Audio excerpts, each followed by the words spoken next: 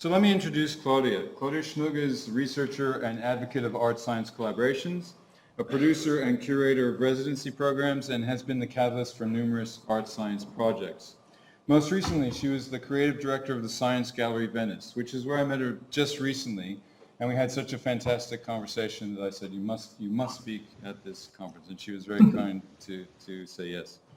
She's worked as an associate professor at the Johannes Kepler University, a visiting researcher at Copenhagen Business School, so she has business and arts and science. So it's a pretty hefty combination. So without further ado, I'll let you get started, Claudia. Cheers. Yeah. And I'll get your PowerPoint. Okay. There we go. Okay, first slide. First slide. Yep. So it's a pleasure to be with you today. Unfortunately, I could not join you, so it's only via Skype, but I already heard a few sentences that it's been a really interesting conference, and I would have loved to hear what you're talking about embodied cognition from your different perspectives, because it's a very rare opportunity to talk to people who are really engaged with this topic, and I think it's extremely important for art science collaboration. So I'm also looking forward to learning more about the wrapping up of the conference afterwards. But maybe just go to the first slide and Introduction. To the introduction, yes, and start from what I do. Just as Shandy introduced me. I think I start from what I do, what's my work, what's my background, to better understand or make it easier for you to understand what my work on art science collaboration is about, and how I'm working with artists, scientists, and institutions. So here on these few photos you see me in different situations. I like to talk about myself as researcher in art science collaboration and practitioner in this field, and not so much about bringing to the foreground my social economic studies or media art studies, because I think that the very unique perspective I have here is that I draw through organizational studies, which is my core background, from many different fields, like psychology, cultural studies, management studies, and other different fields that are employed by organization studies to understand what's going on in collaborations, in organizations, how people work together, to understand these processes and the outcomes and how they are embedded in a cultural context. And I think this is extremely important for art science collaboration, to make them happen and to understand what they are also from a more theoretical perspective. So what I'm doing is I work with artists and scientists, bring them together, help them in their process to understand each other, to start the conversation, to work and to build up a project, especially for inexperienced researchers and artists who are not so much into interdisciplinary collaboration. This is an important point.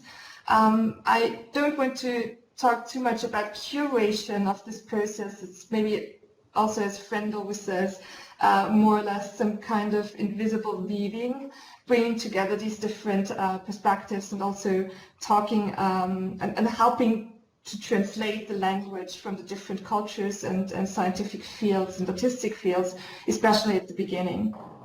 And then there is another component that's coming in, and that's the organization, especially because most of these art science collaborations are embedded in organizations, and somebody has to fund them, which is mostly some kind of business organizations, scientific organizations, or political funding bodies. And there, the organizational perspective on how these structures work, how these institutions are framed, what's the formats, what are the important routines, understanding what's important for them, and also being able to frame a necessity or the idea of art-science collaboration, why it's good for, is an important step. And I think this perspective from the middle, understanding the process of the people, but also connecting it to organizational speak or managerial speak, maybe if you want to say it like that, is very important. Yeah, and then also, as I have my academic background, I'm not only doing this practically, but also always try to keep on doing some theoretical research or also qualitative research on the subject to make my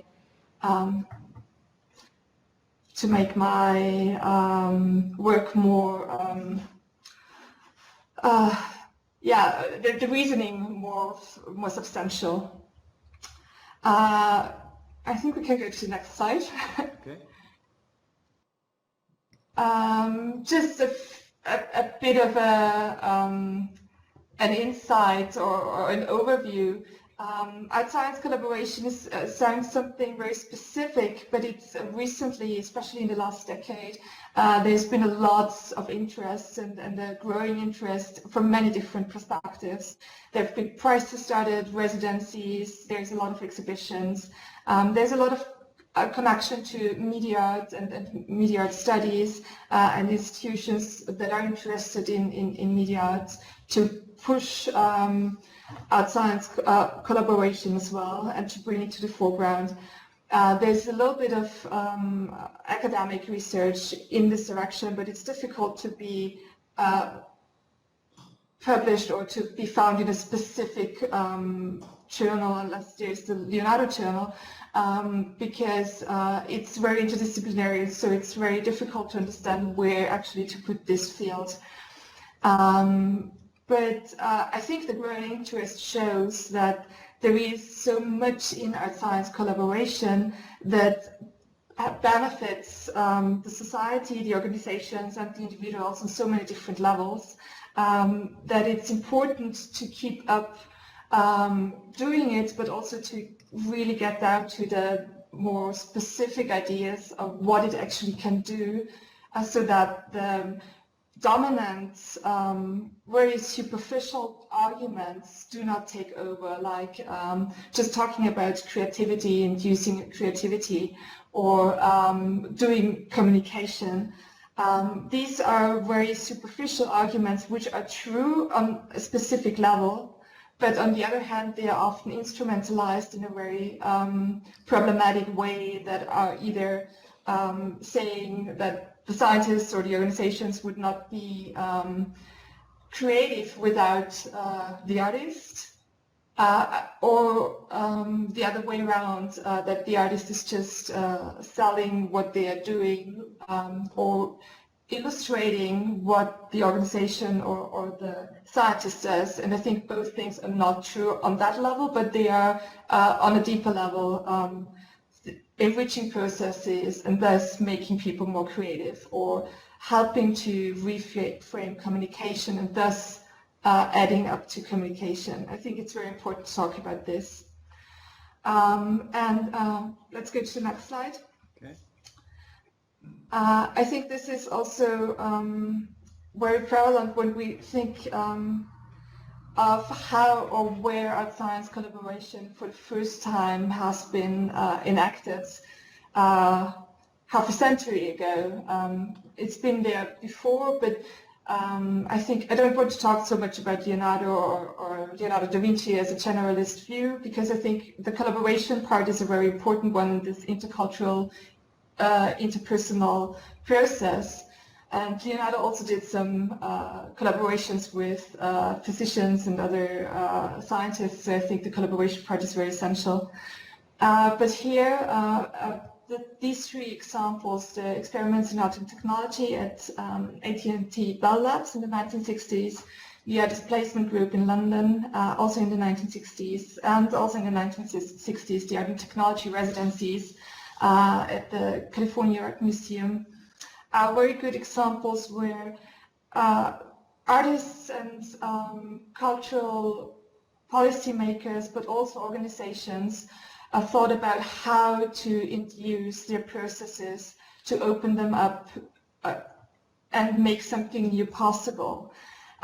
These projects did not so much argue with creativity and communication as the new programs or the new funding arguments do, but it was more open and helped artists to get access, helped scientists to get access, and engineers to get access to new fields and to new perspectives.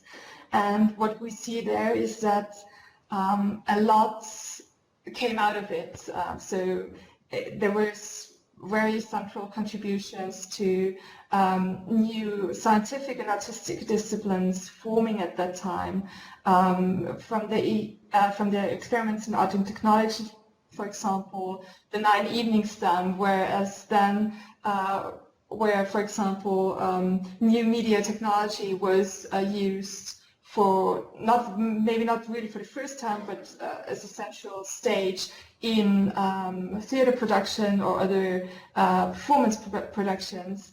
And there were specific and very important contributions to the development of fields like computer graphics. So I think it's very important to have this openness and not this goal orientation in art-science collaboration, and this is something I think these 3 projects show a lot, especially also art and technology and the artist placement group, where there was not even the focus so much on technology in the artist placement group, but really also on the organization and thinking about how the interaction between 2 different fields and people from 2 different backgrounds can induce some change, and we cannot specify change in the beginning and development in the beginning. Next slide, please. Okay. So, what is art-science collaboration? And we saw that half a century ago there was a lot about art technology, but art-science collaboration as such is mainly bringing together artists and scientists to work on something they're both interested in. So it's about techniques, it's about media, it's about specific research questions. It can be about ideas, about topics, or about bigger goals, like both want to learn more about climate change or antibiotic resistance.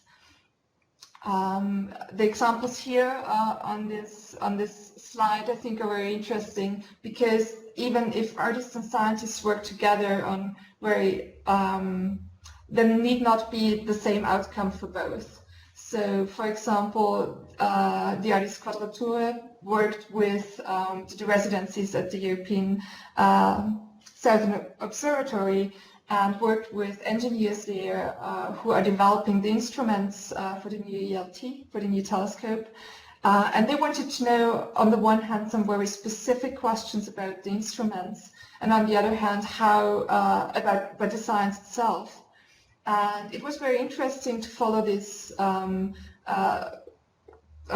this collaboration, because it was very challenging for the artists and for the scientists, and it had really essential contribution to how scientists and the engineers sometimes framed or reframed some ways they're talking about their instruments, or even going back to looking up some very specific physics, whereas the artists in the ended up with some very interesting work that's very experiential for the viewer about what they've been researching. And then there's been another layer, and this is also the layer we've been saying that's important, with coming in funding problems and giving space and time, is the organizational layer, because it gives, of course, it enhances the process of the scientists and the artists, but it also has benefits for the organizations above that. And there's outreach and some other internal structuring issues that are resolved within the course of resolving what is a residency within our organization. And what I think is also very important here is to say that this art-science collaboration is really something like artists and scientists come together and work together on issues they are interested in. So it goes way beyond pure knowledge transfer. So it goes way beyond what we've heard in so many funding arguments about artists could do some nice scientific visualization, because it goes beyond that. It's more an exchange. It's there is something added. There is a lot. It allows a lot for reflection and collaborative discussion, and to understand what ways we actually employ to think about our work and how we employ our practices and what our practices actually are. So this is connected a lot to embodied knowledge, aesthetics, and embodied cognition. Next slide, please. Okay. And here I want to go, I have to do a little bit of advertisement because this is what I've been writing about a lot. Here is, I think it's very important to go, on the one hand, to argue for scientists and for artists why they should collaborate, but also for organizations why they should allow it, to really go down to the basics. What does it benefit, what does the process do to artists and scientists, and how do they benefit from this interaction?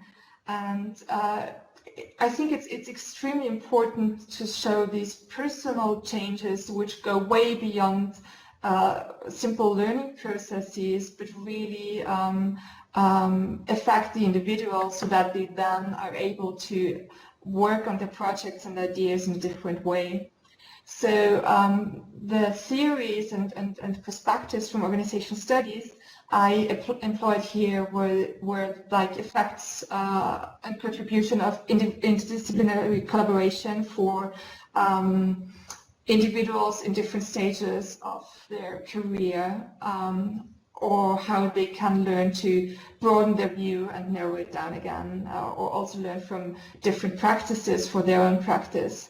Then the idea of contextualization, especially artists and scientists coming together, it's extremely obvious that artists have a different view on the scientific topic and the other way around. So creating new context of what my own research question or my own perspective actually is helps me to get a broader view, and also see the limits of my professional or also educational route and perspective on the topic. And also helps me to communicate it differently to a broader group. Then meaningful work theory, so getting this new perspective, talking in a different way about my work also helps me to understand my work from myself in a different way, and show me again what's the meaning and why I'm doing this. Then there's liminal spaces, creating something outside the organization, or the organization, not outside the organization itself, but outside the organizational structures, which is then helping me to remove myself from some routines in order to think in a different way. So it's some kind of unconsciously removing myself from some routine restrictions, change sense-making processes, and of course there is something else, like social networks is something very basic. If I know people from a different field, they have new connections, and there is a potential of meeting new people whom I never would have met before, who also contribute to my work. With aesthetics, I'm talking a lot about empirical aesthetics, and also embodied cognition is very close to that, because I think it's important to say it comes with how I sense my environment, how I understand my environment, but also how I do and learn to do things. And this is not only something intellectual, and really goes down to what is embodied and what do my senses understand and learn and incorporate. But more on that on the next slide, because this is also connected closely to arguments in organization studies. Communication and creativity process, I think, are both very important to really go down to the depth of and different dimensions of what is, how can art science collaboration enhance communication, to really shift the focus from the outcome, the creative product or something that communicates for somebody, to the process itself, how it enhances my creative and communication capabilities or changes the ways I communicate, instead of just focusing on the outreach aspect or science communication. Next slide, please. So here I want to go back to this aspect of aesthetics which I mentioned, and I mentioned it through organizational aesthetics, which is closely linked to embodied knowledge, embodied cognition, empirical aesthetics, because it's about how we understand our world and how we and make what we think, what we do, what our practices are, what our routines, and how our professional perspective shapes what we do and think, make this visible. And I think especially ArtScience Collaboration and also the artistic contribution to that is extremely important, because it helps to create awareness about embodied cognition, helps to create awareness of different perspectives and processes, and also show or somehow live it in a different way or experience it. So the aesthetic experience and aesthetic expression, I think, are very central in learning about this and understanding it for yourself, because it's very difficult for many people to think about this very on a very intellectual way, and it's much more impressive if you experience something like this. The project I show here on this slide is by Sukman Chang. It came out from a residency at Nokia Bell Labs, and I think this is a really interesting example where they tackled a lot of these issues, because it's about human-robot collaboration, sensing the city, sensing crowds, understanding crowds from different perspectives through computer vision, but also through your personal experience, understanding, thinking about human-robot collaboration from a human and from a robot perspective, but also bringing in a creative perspective, like creating an artwork between a robot or a group of robots and a person. So I think it points in what it does and how it's created to many of these dimensions in a very interesting way. And I think it's also very important to have something very concrete that's then translated and can be discussed in the fields of science, art, and organizations. So let's go to the next slide. Okay. I think I have to hurry up a bit. And here there's the connection to organizational aesthetics, and where these things are already discussed in organization studies and in management studies. It's called organizational aesthetics, and it's not what many people think, that it's about marketing and making some kind of corporate design for an organization. It is very much about craft processes and routines of people working in an organization, how they work with each other, what special, also embodied knowledge they build up in what they do, may it be in a production line or in their craft or in the office, how office design or ways in an office help or hinder creative processes, collaboration, or focusing on an idea or on a project. How rhythms and architecture influences, but also how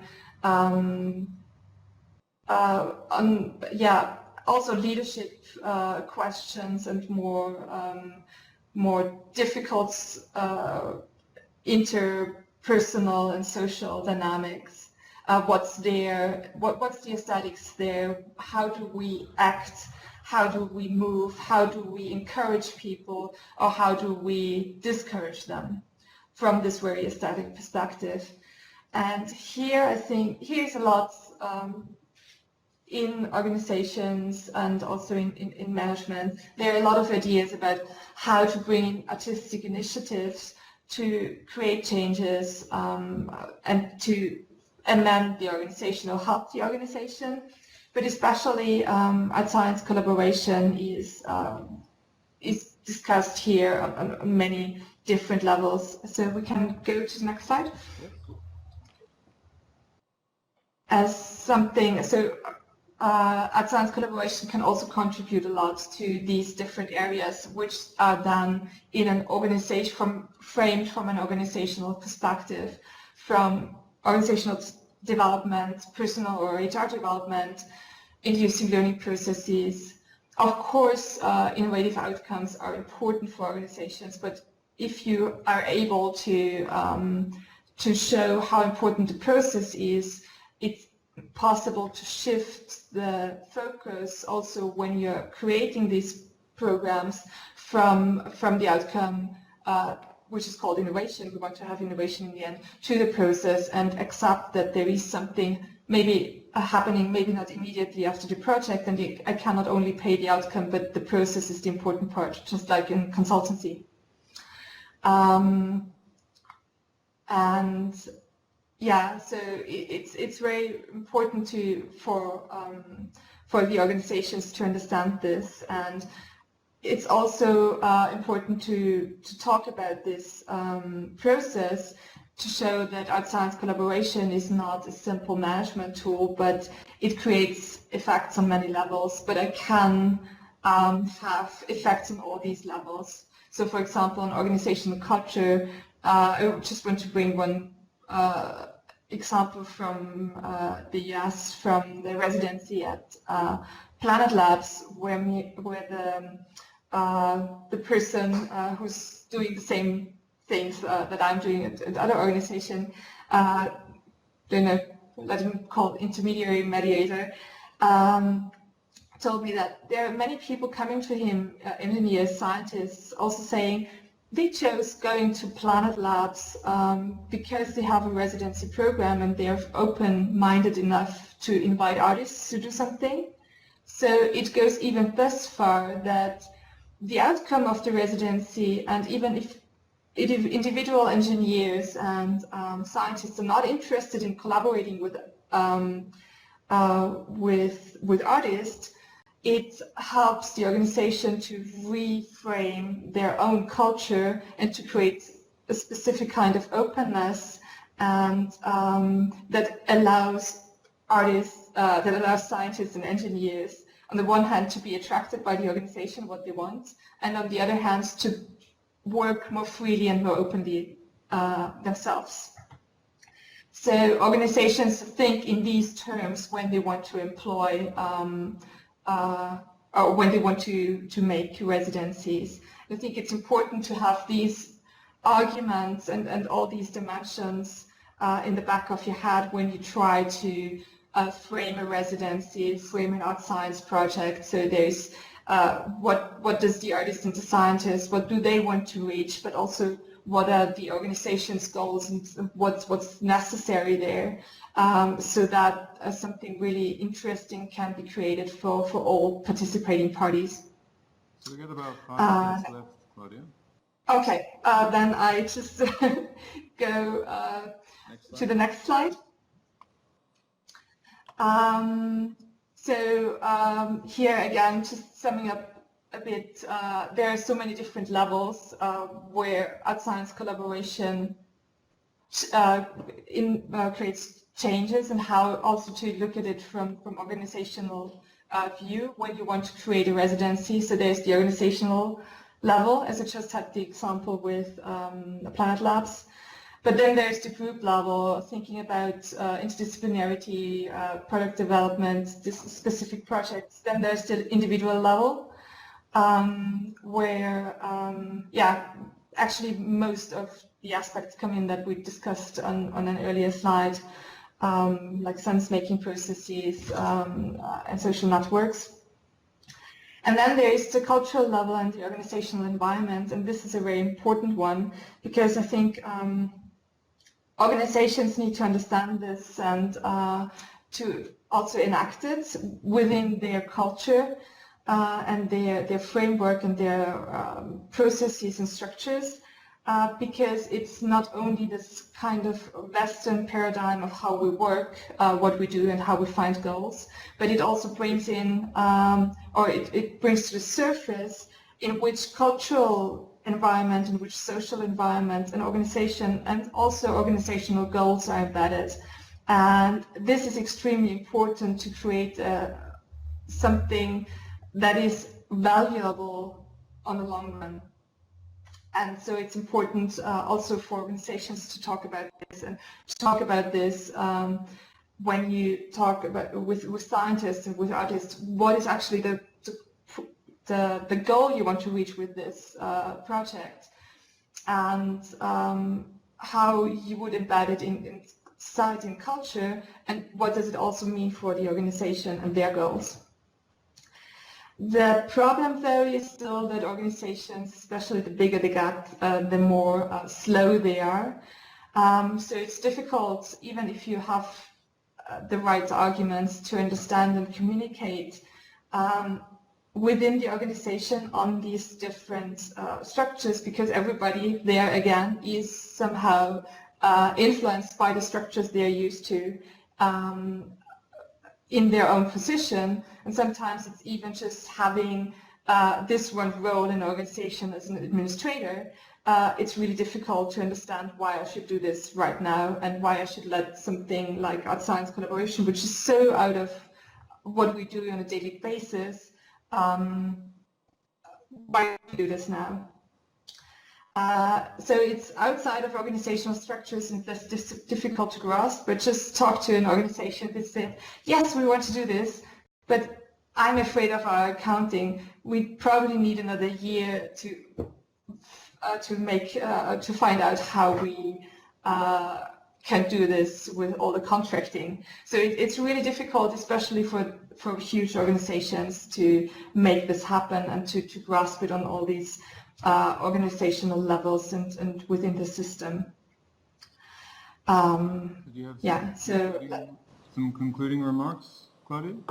Yeah, some concluding remarks. I've been... I just wanted to go to the next slide shortly, yes. Okay. Yeah, and then... No, the one, yes, this one. Sorry? This one, yes. Yeah. So it's important for organizations to understand that there is that ArtScience Collaboration needs a lot of time, money, and space, and openness for interdisciplinary competencies, or also openness to allow interdisciplinary competencies to grow, and that this is something where the process comes in, because only if there's a good process, there's also a good output. And what I want to add here is actually what I had in the last but one slide. It's a quote from Donna Haraway I came across lately, where I'm always arguing, and I always try to argue and make it understandable for everybody, that ArtScience Collaboration is important on the individual level, and thus you can create effects in the organization. Thus it's important for the organization, also the organization's culture and society where it is embedded. But going beyond this, I think to have even a bigger and more important argument is that it allows for asking the right questions. It allows for asking not only how we solve a problem, but do we want to solve the problem? And it allows for a more positive discussion Whereas it's not only critiquing and it's not only showing what's wrong and what's not happening or how to solve a problem, but really contextualizing ideas, bringing up positive ways to discuss important problems. And I think there ArtScience Collaboration can contribute a lot, especially because it's also focusing a lot on the positive understanding of how we actually consciously and unconsciously think, how our perspectives are framed, what are our own biases, what are challenges, and bring up positive suggestions to bring these different perspectives from people from different backgrounds, maybe religion, culture, like Western or indigenous cultures or Eastern culture, and also different educational levels together to discuss it in a different way, because you learn to understand how you think and where your values are coming from. So thank you. Oh, okay, great.